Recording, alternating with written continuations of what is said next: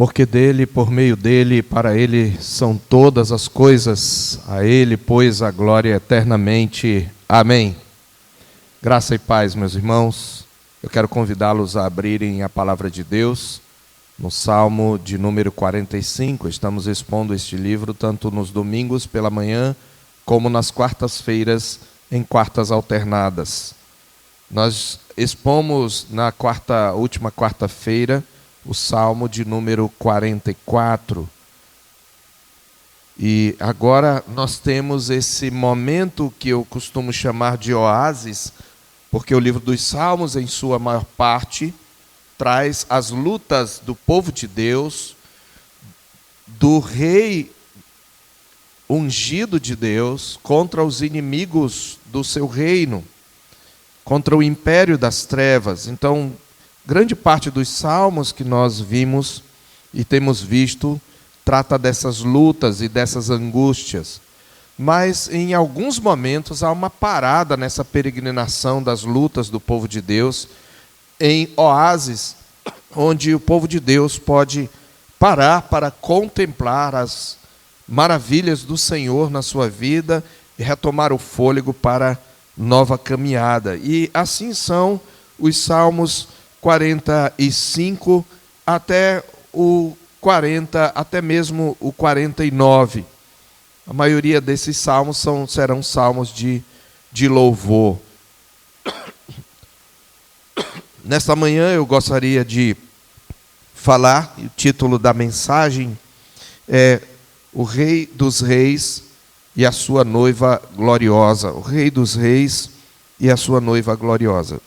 Diz assim: o ungido de Deus e sua noiva é o título que o tradutor dá ao mestre de canto, segundo a melodia, os lírios dos filhos de Corá, salmo didático, cântico de amor. De boas palavras transborda o meu coração. Ao rei consagro o que compus. A minha língua é como a pena de habilidoso escritor. Tu és o mais formoso dos filhos dos homens, nos teus lábios se extravasou a graça. Cinge, por isso Deus te abençoou para sempre. Cinge a espada no teu flanco, herói.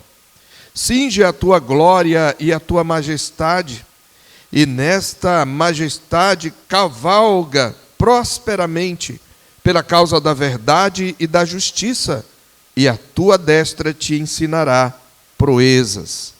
As tuas setas são agudas, penetram o coração dos inimigos do rei. Os povos caem submissos a ti. O teu trono, ó Deus, é para todo sempre. Cetro de equidade é o cetro do teu reino. Amas a justiça e odeias a iniquidade. Por isso, Deus, o teu Deus, te ungiu com óleo de alegria, como a nenhum dos teus companheiros. Todas as tuas vestes recendem a mirra, aloés e cássia. De palácios de marfim ressoam instrumentos de cordas que te alegram. Filhas de reis se encontram entre as tuas damas de honra. À tua direita está a rainha adornada de ouro finíssimo de Ofir. Ouve, filha, vê, dá atenção, esquece o teu povo e a casa de teu pai. Então o rei cobiçará a tua formosura, pois ele é o teu Senhor. Inclina-te perante ele. A ti virá a filha de Tiro, trazendo donativos. Os mais ricos do povo te pedirão favores. Toda formosura é a filha do rei, no interior do palácio. A sua vestidura é recamada de ouro. Em roupagens bordadas, conduzem-na perante o rei. As virgens, suas companheiras, que a seguem, serão trazidas à tua presença. Serão dirigidas com alegria e regozijo. Entrarão no palácio do rei. Em vez de teus pais, serão teus filhos, os quais farás príncipes por toda a terra. O teu nome eu o farei celebrado de geração a geração, e assim os povos te louvarão para todo sempre. Amém. Vamos orar mais uma vez. Senhor, nós louvamos o Teu nome por estarmos aqui, te exaltando, te glorificando, desfrutando da Tua doce presença. Bendizemos o Teu Filho Jesus, que é o nosso sumo sacerdote, que preside esse culto, que canta conosco e eleva os nossos louvores, e que também é adorado, pois Ele é Deus. Louvamos o Teu nome por Teu Santo Espírito, aquele que abre o nosso coração para compreender a Escritura, que a inspirou. E mais uma vez pedimos a assistência do Teu Santo Espírito, para que Ele nos conduza nessa meditação e nos abra os olhos do coração, os olhos da fé, para contemplarmos a glória do nosso bendito Cristo. A glória que Ele revela e pela qual Ele revela o Pai.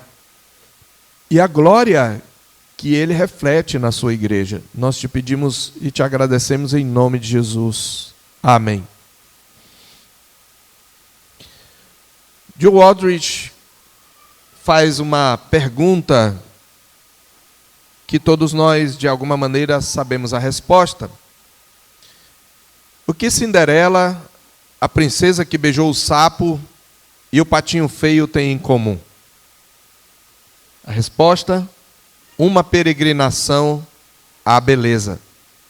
Todas essas histórias são histórias de alguém que era desagradável pela sua aparência, pela sua condição, e por algum ato do favor de um herói, ou por alguma manifestação da sua própria natureza mais tarde, elas fazem uma peregrinação à beleza.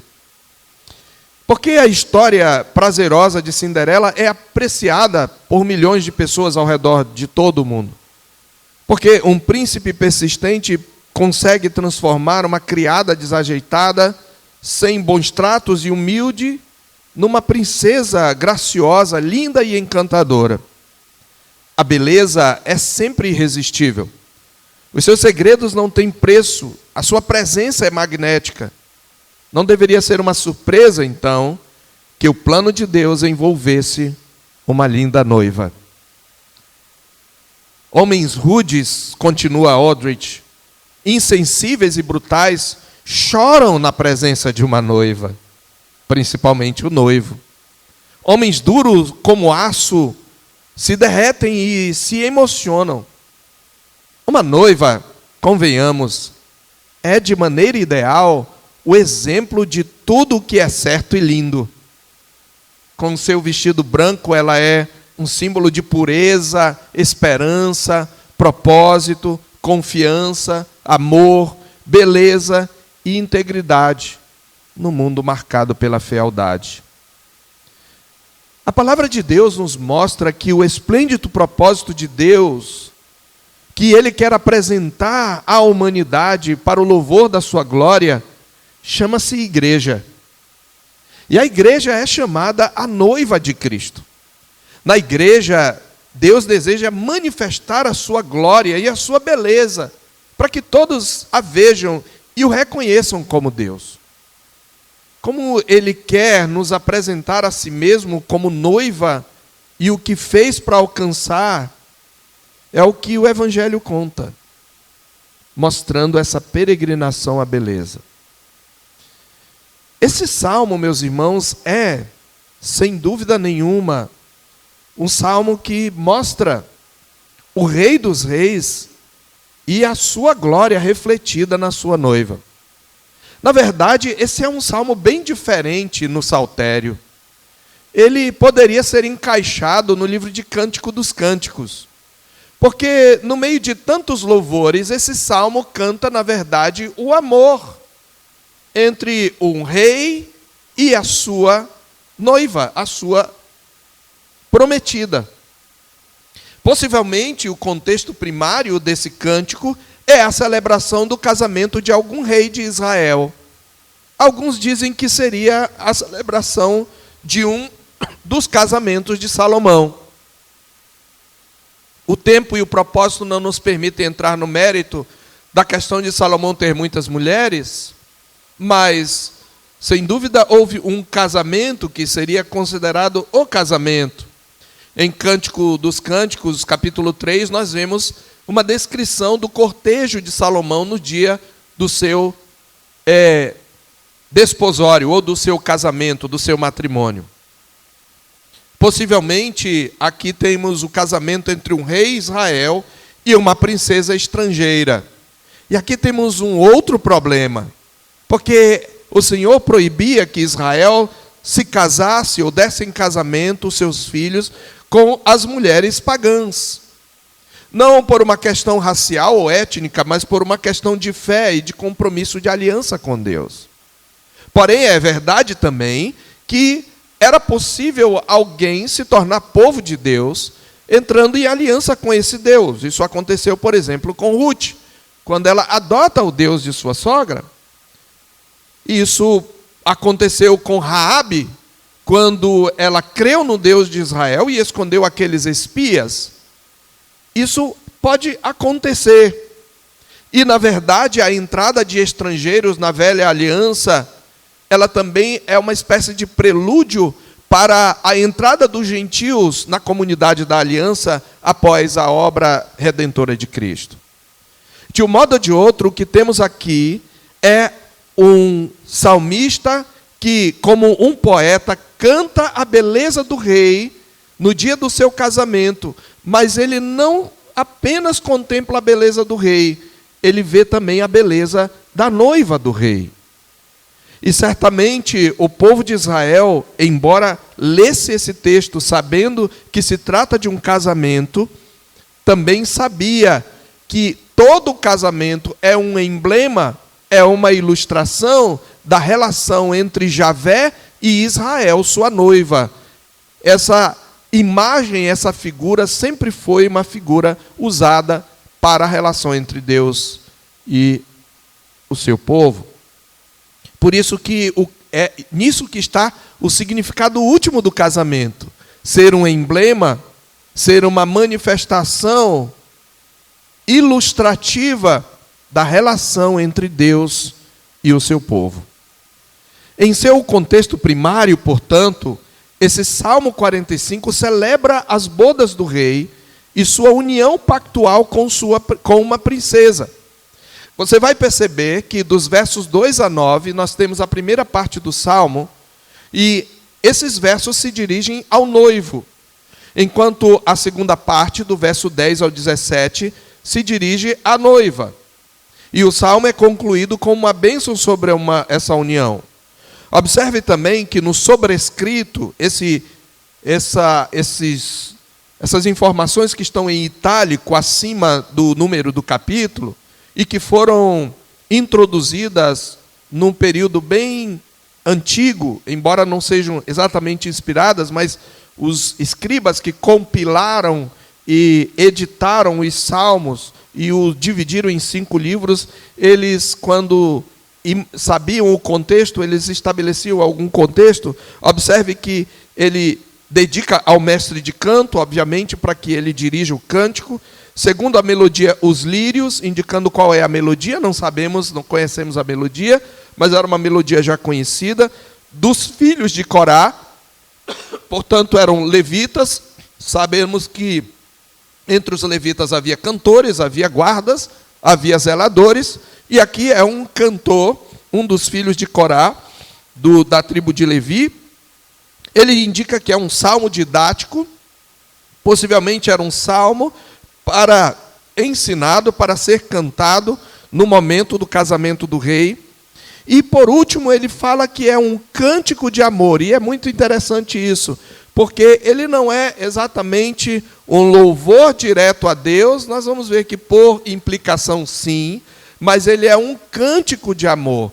Poderia ser ter traduzido por cântico dos amantes, poderia ser traduzido assim do hebraico, cântico dos amantes. Ele é um cântico de amor, mas não é um amor qualquer, é um amor que é projetado como amor ideal, o amor entre o rei ungido de Deus, o rei que tem a aliança, o rei que é o mediador pactual, a quem foi prometido o reino para sempre, e a sua noiva. Este é o ponto. E eu quero então dividir esse cântico em dois grandes pontos. Primeiro, nós temos aqui uma contemplação da majestade do Rei dos Reis. A majestade do Rei dos Reis. E por que eu estou citando o título Rei dos Reis? Não é porque, por óbvio, ele vá, sem dúvida, apontar para Cristo. É porque o rei que de fato é descrito aqui é um rei que domina sobre todas as nações. Ele é um rei que vence os inimigos. Ele é um rei que estabelece um reino eterno. Então ele está falando de Rei dos Reis. Na visão do salmista, certamente ele está pensando no rei como um filho de Davi, e ele está pensando na aliança prometida a Davi, em 2 Samuel capítulo 7, de que Deus lhe daria um descendente que se assentaria no seu trono e reinaria para sempre sobre todas as nações.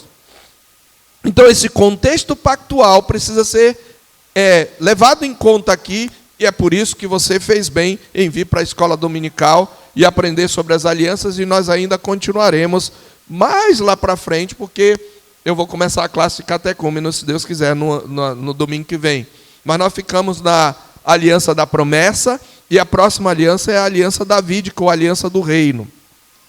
Mas se você já entendeu o contexto de aliança, você precisa entender que o contexto teológico, por assim dizer, o contexto redentivo desse salmo é a aliança que Deus fez com Davi, a aliança davídica, pela qual ele prometeu que o seu filho reinaria para sempre, um dos seus descendentes reinaria para sempre. Então, o salmista está olhando para aquele rei e ele está considerando essas promessas. E é por isso que ele projeta essa visão. Então, ele começa descrevendo a majestade do rei. Como é que ele descreve a majestade do rei? É interessante que a forma como o rei, ele começa falando que o seu coração está borbulhando, está fervendo de boas palavras. Ele está tão encantado com a beleza desse rei, que o seu coração ferve. É isso que ele quer dizer no verso 1. De boas palavras transborda o meu coração. Ou pode ser traduzido do hebraico como ferve o meu coração, borbulha, o meu coração entra em ebulição. De boas palavras, ao rei eu ofereço o que eu compus, e a minha língua agora vai ser como a pena de um habilidoso escritor. Eu aqui vou me fazer um poeta. Todos os salmistas praticamente eram poetas, mas ele está aqui dizendo que ele é mais do que um compositor de um salmo, ele é um poeta inspirado, e o que o inspira é a beleza do rei. E, meus irmãos, a forma como o rei retratado aqui, como observou o Derek Kidner, é a personificação de tudo quanto dá realeza à sua glória sem igual. A glória desse rei combina continuidade imemorial e glória pessoal sobrepujante. Continuidade imemorial, continuidade que não tem fim. No verso 2, ele diz, por isso Deus te abençoou para sempre. No verso 6, ele diz, o teu trono, ó Deus, é para todo o sempre. Ele destaca a glória pessoal.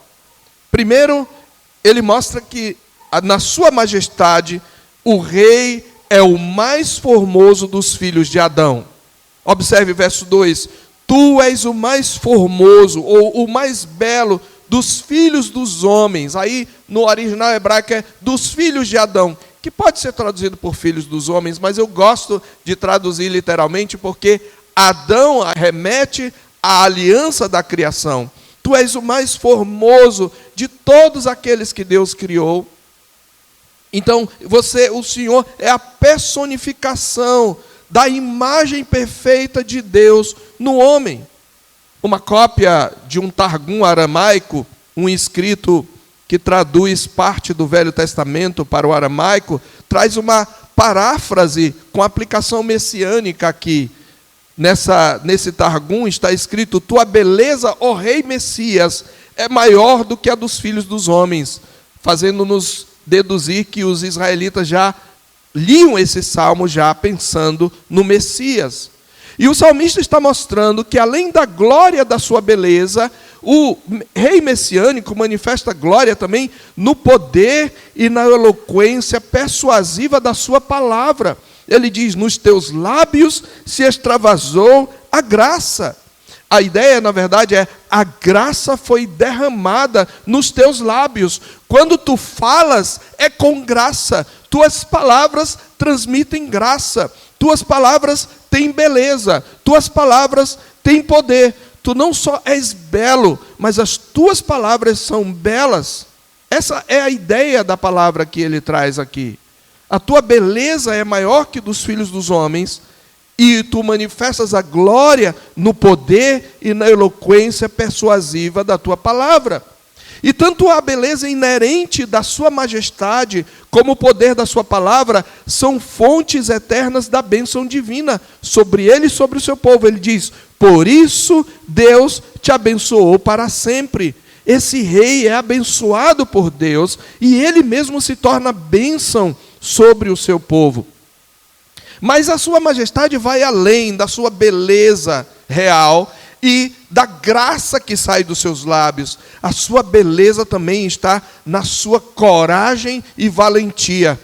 Ele diz: cinge a espada no teu flanco, herói. A imagem aqui é do soldado que está vestindo a armadura e coloca a espada na bainha para desfilar, para caminhar ou para cavalgar contra os seus inimigos. Então você imagina um belo e forte guerreiro que está se vestindo, e a última coisa que ele faz é colocar a espada na bainha, e ele monta o seu cavalo e vai de encontro aos seus inimigos. Essa é a imagem, porque ao mesmo tempo ele está pensando aqui no rei, preparando-se para o seu casamento, e é possível que ele tenha na sua veste real de casamento, isso inclua também um certo aparato militar, como quando você tem um militar quando casa, não é? E ele não só está a caminho do seu casamento, mas ele sabe que ele é o protetor do seu lar,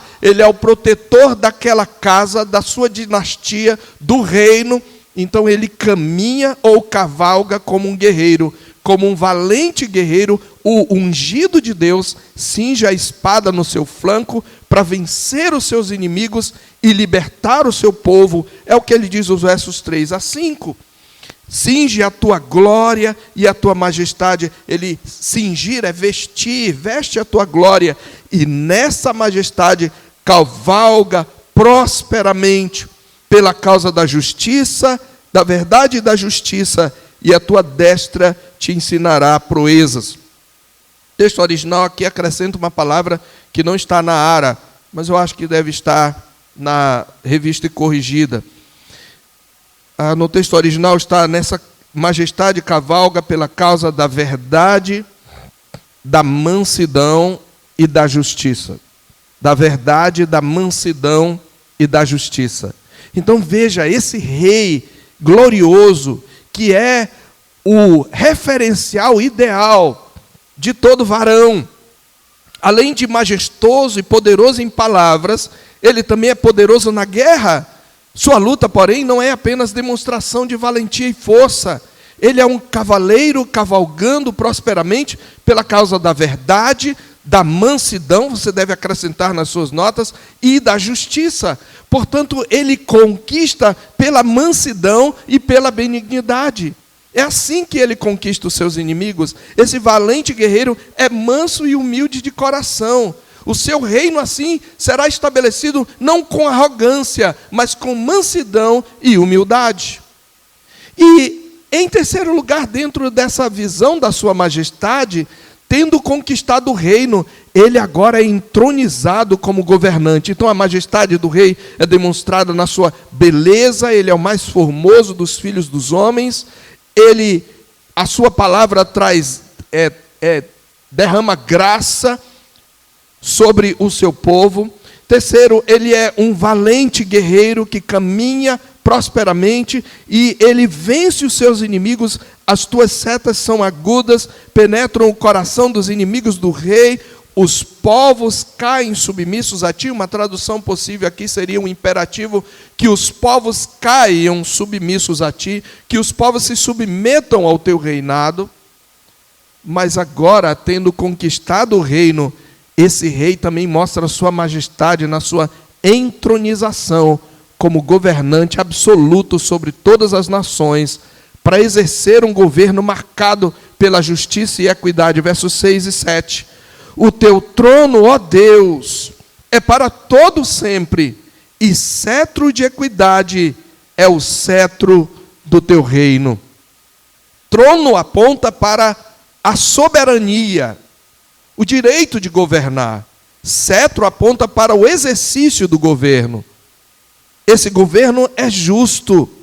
Veja, assim um reinado que não terá fim. Um reinado para sempre.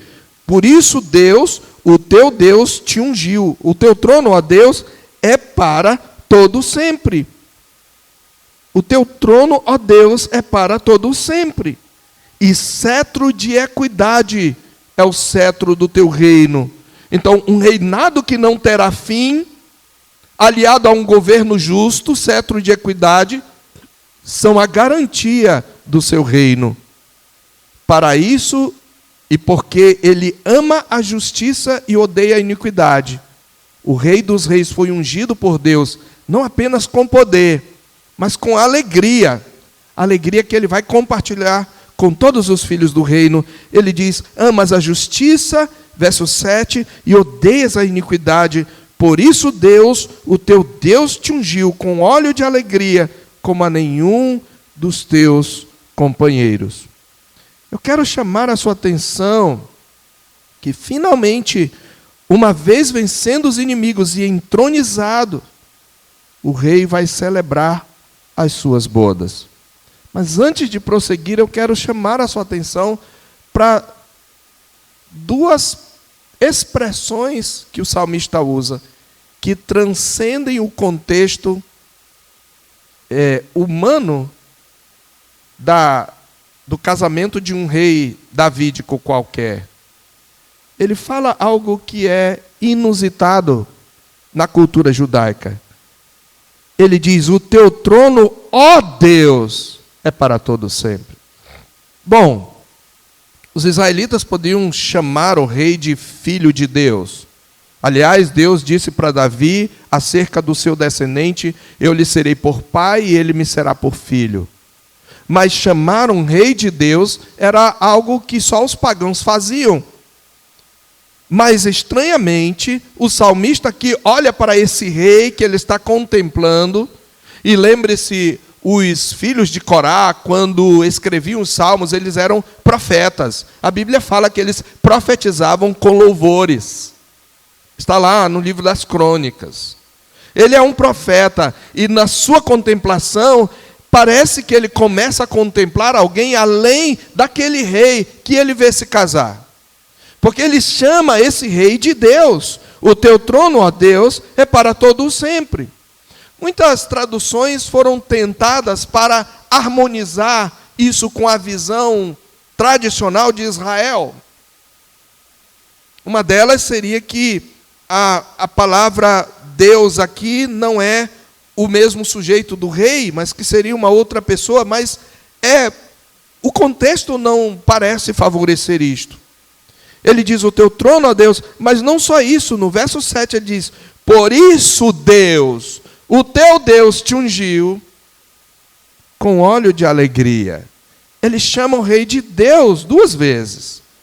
Então, ao que parece, o salmista, na sua visão, está olhando alguém que vai além dos reis que ele viu reinar.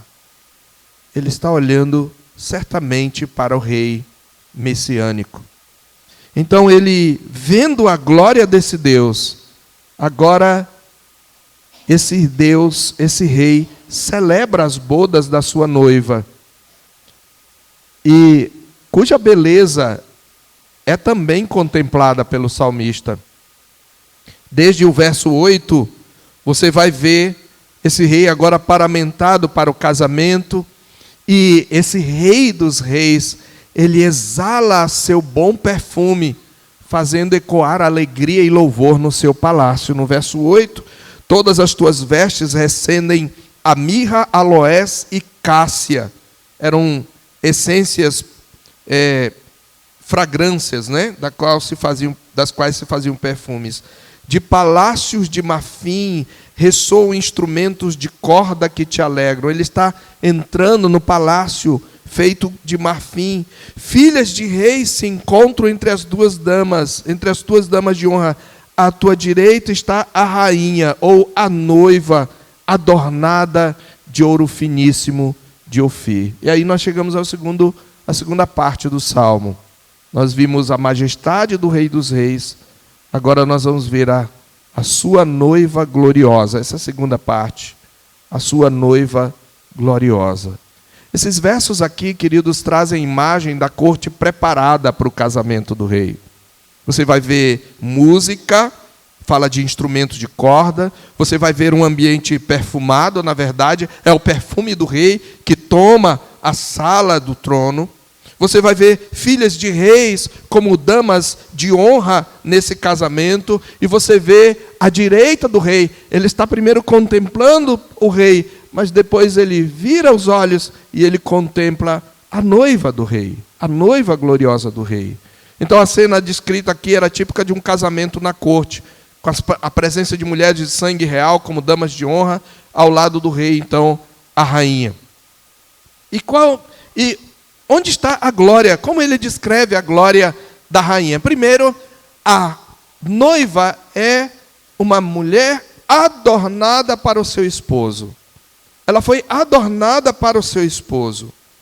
Ele diz, à tua direita está a rainha, adornada de ouro finíssimo de Ofir. Nós não sabemos exatamente onde ficava Ofir. Há algumas teorias, mas esse lugar era muito mencionado como um lugar onde o ouro mais precioso estava. Não sabemos se era nas regiões da Etiópia, ou no sul da Arábia, ou alguma coisa da Península Arábica. O ponto é que era o ouro mais refinado que existia no mundo, era esse ouro de Ofir. E ao contrário do que nós temos hoje, a noiva é vestida de branco, a noiva, sobretudo a noiva real, era vestida com um vestido que era bordado de ouro, né? Que cintilava de ouro em várias partes, né? Como quando você coloca no vestido aqueles strass, aqueles pistilhos e outras coisas desse tipo, que as mulheres sabem muito bem, né? Que faz brilhar o vestido da noiva. Mas no caso aqui da noiva, era bordado incrustado de alguma maneira de ouro. Mas ela está adornada para quem? Ela está adornada para o seu noivo. Ela foi preparada para o seu noivo. E esse adorno provém da beleza do próprio noivo, porque o noivo é que lhe deu as vestes que ela tem. O noivo, através do dote, é que lhe deu a riqueza que ela exibe nas suas vestes. Então, a sua beleza, ela é adornada para o esposo, ela é em vestes bordadas com o mais fino ouro. Em segundo lugar, é interessante notar que essa noiva é instada a renunciar ao seu povo. Ela é adornada para o seu esposo e ela é, em segundo lugar, instada a renunciar ao seu povo. Versos 10 a 12. Ouve, filha, vê, dá atenção, esquece o teu povo e a casa de teu pai. Então o rei cobiçará a tua formosura, pois ele é o teu Senhor. Inclina-te perante ele. Esquece a casa do teu pai. Possivelmente, como eu falei, essa princesa era uma estrangeira. E deve haver um certo choque aqui, talvez, cultural. Porque, como eu falei, Israel era proibido de casar-se com mulheres estrangeiras. Ficamos sabendo que quando Salomão se casou com mulheres estrangeiras, elas lhe perverteram o coração. A Bíblia diz que isso não agradou o Senhor. Mas essa mulher é celebrada estranhamente. E como podemos explicar isso? Primeiramente, nós temos aqui a graça escandalosa, pela qual o rei digno do povo de Deus escolhe uma mulher indigna, que é de um povo pagão. e atrás e chama e faz com ela uma aliança. Esse é um ato de graça, antes que uma transgressão do mandamento do Senhor. Precisamos entender um pouco o contexto. Embora houvesse essas proibições, é certo que em vários momentos em Israel, eu já mostrei, citei Ruth, citei Raabe, mas há momentos em que os povos reconhecem. Quer ver um exemplo lá em 1 Samuel, ou 2 Samuel, capítulo 5, quando Davi é ungido, há uma possibilidade, porque aqui fala que a ti virá a filha de Tiro, no verso 12, filha de Tiro aqui é um sinônimo da cidade de Tiro, trazendo donativos, possivelmente, é possível que essa princesa fosse de Tiro. Também é um problema, porque a Jezabel era Sidônia, por exemplo, e Tiro, Sidom são ali parentes, né? Mas nós temos um cenário onde Tiro se torna aliado de Israel, Tiro abençoa Israel, entrando naquela bênção que Deus deu a Abraão. Abençoarei os que te abençoarem, amaldiçoarei os que te amaldiçoarem. Em 2 Samuel capítulo 5, observe aí, quando Davi conquista Sião e se torna rei sobre todo Israel, quem é o primeiro a reconhecer o reinado de Davi entre os povos estrangeiros? Verso 11, Hirão, rei de Tiro, enviou mensageiros a Davi, e madeira de cedro, e carpinteiros e pedreiros, que edificaram uma casa a Deus. Reconheceu Davi que o Senhor o confirmara rei sobre Israel, e que exaltara o seu reino por amor do seu povo. Veja, Hirão reconheceu, e não só isso, ele enviou inclusive madeira de cedro, carpinteiros, para que Davi construísse os seus palácios e de repente as suas muralhas. Hirão, rei de Tiro. Mas não só isso, em 2 Reis também, capítulo 5, quando Salomão assume o reino, depois de falar da sua sabedoria e da sua prosperidade, o narrador diz que Salomão faz aliança com Hirão. E, na verdade, é Hirão, rei de Tiro, que vai fornecer material para o templo, sobretudo madeira. Enviou também Hirão, rei de Tiro, os seus servos a Salomão, porque ouvira que ungiram a Salomão rei em lugar de Davi, seu pai, pois Hirão sempre fora amigo de Davi. Então Salomão enviou mensageiros a Hirão, dizendo: bem sabes que Davi, meu pai, não pôde edificar uma casa ao nome do Senhor, seu Deus, por causa das guerras com que o envolveram os seus inimigos, até que o Senhor lhe os pôs debaixo dos pés. Porém, a mim o Senhor meu Deus me tem dado descanso de todos os lados, não há nem inimigo, nem adversidade alguma, pelo que intento edificar uma casa ao nome do Senhor meu Deus, como falou o Senhor a Davi, meu pai, dizendo: teu filho, que porém em teu lugar, no teu trono, esse edificará uma casa ao meu nome. Dá ordem, pois, que do Líbano me cortem cedros, e os meus servos estarão com os teus servos, e eu te pagarei o salário destes, segundo determinares, porque bem sabes que entre o meu povo não há quem saiba cortar a madeira como os sidônios.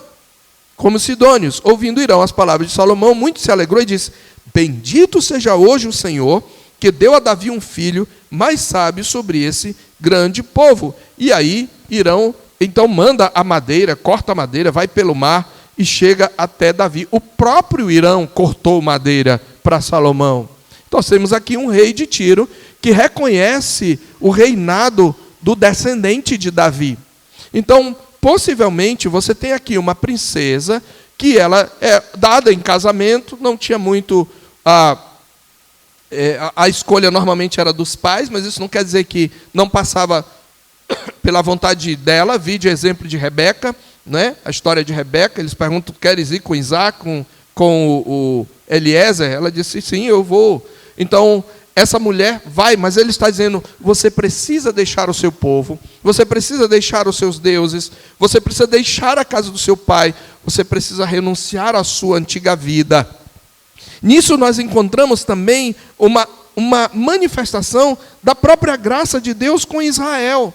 Porque se você abrir a palavra de Deus em Ezequiel, capítulo 16, quando ele descreve a origem de Israel, ele vai dizer: você era estrangeira quando eu te desposei, quando na verdade eu te libertei, quando eu te salvei. No capítulo 16, veio a minha palavra do Senhor dizendo, Ezequiel 16, filho do homem, faze conhecer a Jerusalém as suas abominações. Dize, assim diz o Senhor Deus a Jerusalém: a tua origem, o teu nascimento, procedem da terra dos cananeus. Teu pai era amorreu, e tua mãe Eteia. Essa era a tua origem. Deus está falando para Jerusalém. Então, meus irmãos, quando a palavra de Deus diz, ouve, filha, vê, dá atenção, ela está mostrando que essa noiva, ela só é bela porque o rei a amou, e o rei a escolheu, e o rei a tirou do seu povo, e o rei a convidou a deixar o seu povo, a renunciar à sua vida, para fazer aliança com ele.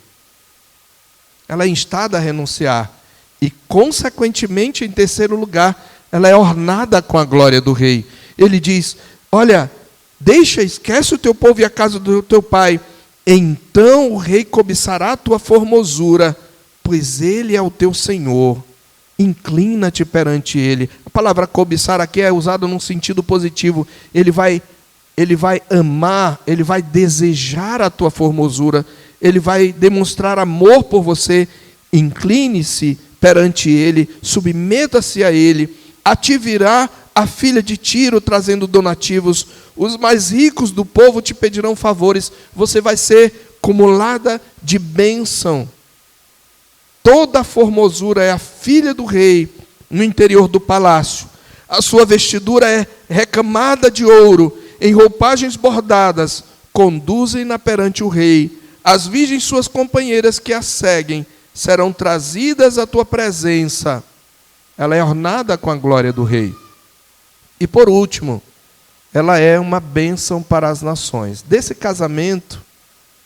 casamento com uma estrangeira indigna, que é chamada em graça, se torna bênção para os reinos e as nações.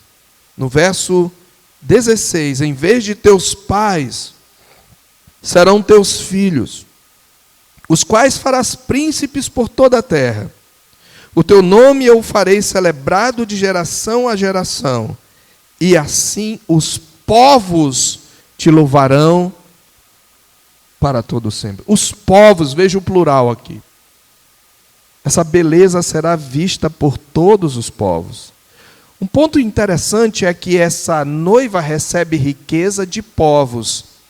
A filha de Tiro virá trazendo donativos, os mais ricos do povo te pedirão favores, serão dirigidas com alegria, e ela também é bênção para os povos. Veja o que está acontecendo aqui. Um casamento de um rei ungido de Deus, sobre quem repousa a aliança de Deus e a promessa de um reino eterno, com uma princesa que a princípio vem de um povo indigno, estrangeiro, mas que é convocada a entrar em aliança graciosa com esse rei. Ela recebe dos povos parte da sua riqueza e da sua beleza, e os filhos dela serão bênção para todos os povos. É um casamento que traz bênção para todas as nações.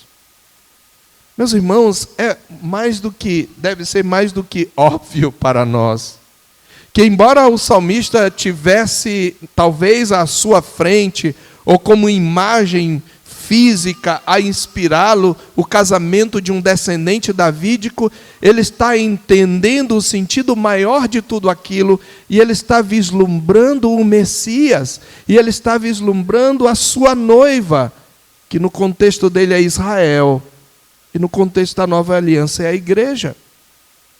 Não é à toa, meus irmãos, que a palavra de Deus aplica parte desse salmo ao Senhor Jesus. Abra sua Bíblia em Hebreus, capítulo 1.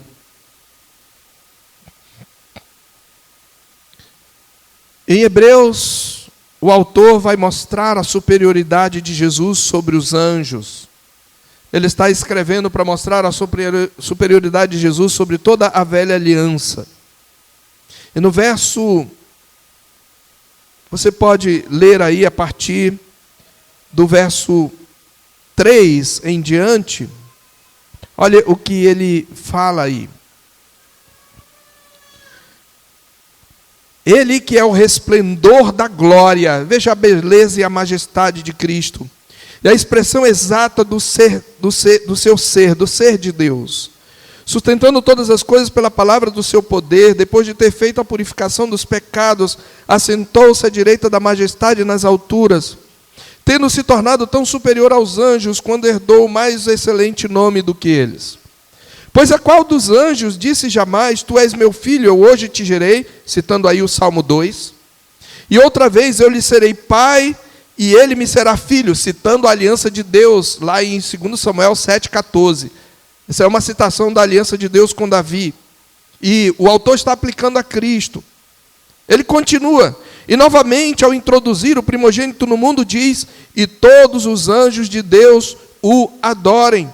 E todos os anjos de Deus o adorem. E ainda, quanto aos anjos, diz, aquele que a seus anjos faz ventos e a seus ministros labaredas de fogo, mas acerca do filho, e aqui ele cita o Salmo 45, observe, Salmo 45, 6 e 7, ele vai citar. Acerca do filho, ele diz, o teu trono, ó Deus, é para todo sempre, e cetro de equidade é o cetro do seu reino. O que a Escritura, interpretando a Escritura, diz? Que quando o filho de Corá diz, o teu trono, ó Deus, é para todo sempre, ele está falando acerca de quem? Do filho. É isso que ele está dizendo, e ele continua. Amaste a justiça e odiaste a iniquidade. Por isso Deus, o teu Deus, te ungiu com óleo de alegria, como a nenhum dos teus companheiros.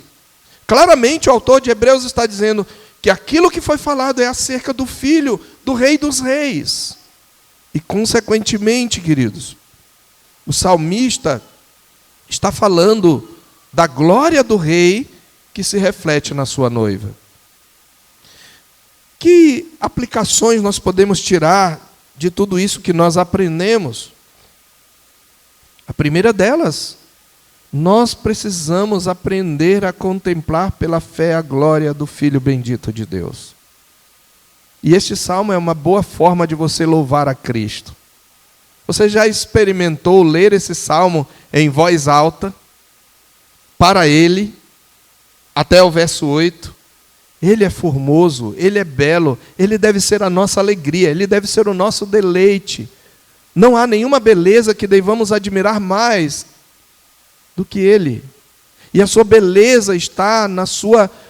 Porque a Bíblia diz que nele não havia aparência, não é? Em Isaías 53, mas ali está descrevendo a humilhação de Cristo. O Salmo 45 mostra a exaltação de Cristo. Ele não é mais aquele ser sem nenhuma beleza ou aparência. Ele está no seu estado de exaltação. Ele é belo. E a sua beleza é manifestada na graça que vem das suas palavras. Nós temos a sua palavra em nossas mãos. Cada vez que nós ouvimos a palavra, nós temos que entender que nós estamos ouvindo o próprio Cristo falar. Ele está pregando e nós devemos nos alegrar com as palavras de graça que saem dos seus lábios.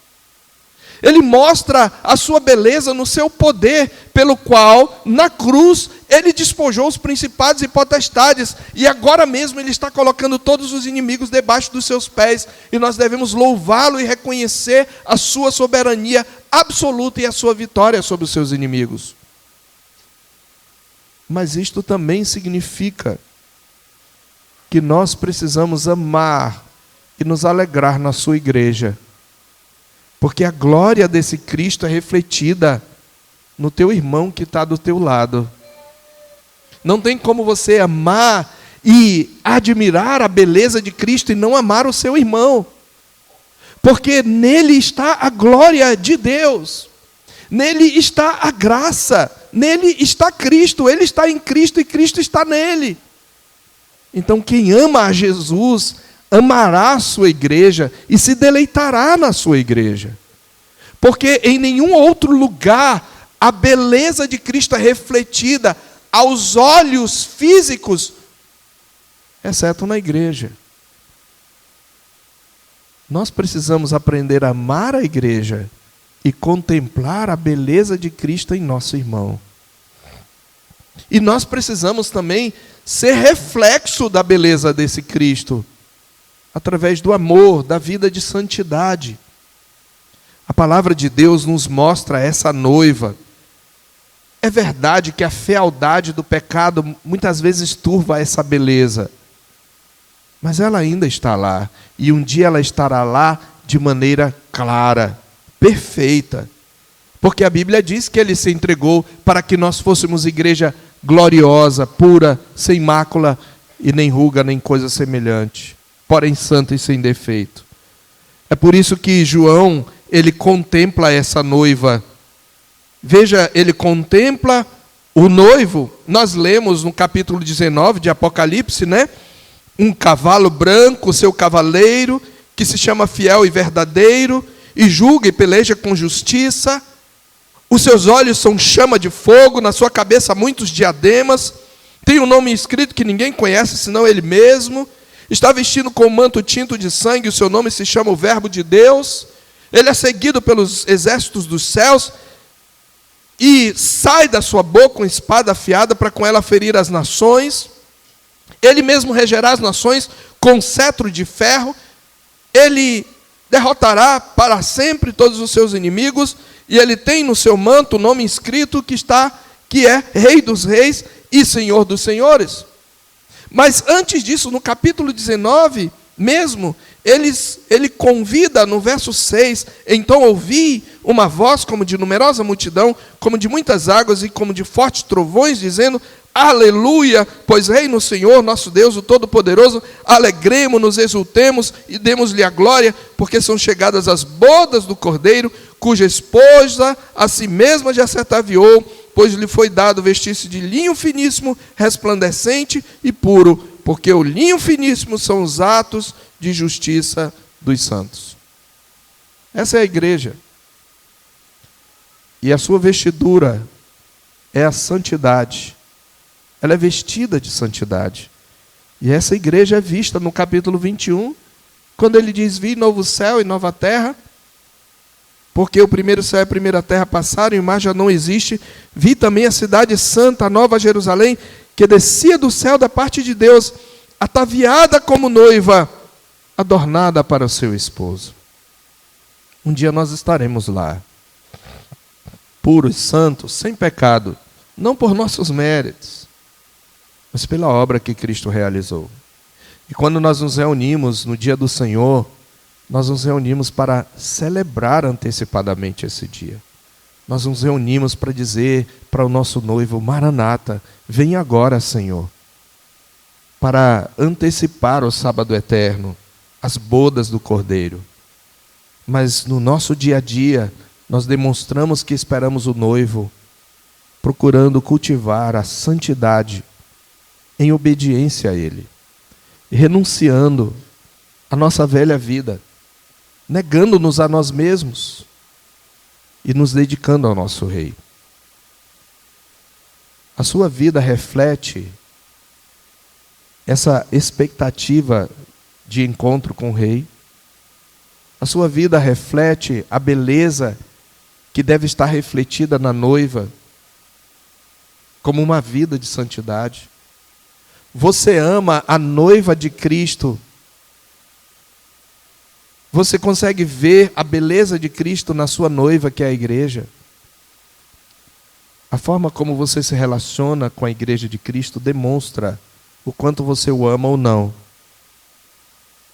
Que o Senhor Deus nos dê essa graça de contemplarmos a beleza do Rei, que é descrita na sua palavra, mas de contemplarmos essa beleza também na sua noiva, e de cultivarmos essa beleza, como nós cantamos, que a beleza de Cristo se veja em mim, toda a sua admirável pureza e amor. Ó, tu, chama divina, todo o meu ser refina, até que a beleza de Cristo se veja em mim. E que nós, todas as vezes que nos reunirmos, possamos celebrar o mais formoso dos filhos dos homens. Que Ele inspire a nossa vida de santidade, o nosso louvor e o nosso amor uns pelos outros. Que o Senhor Deus aplique a sua palavra ao nosso coração.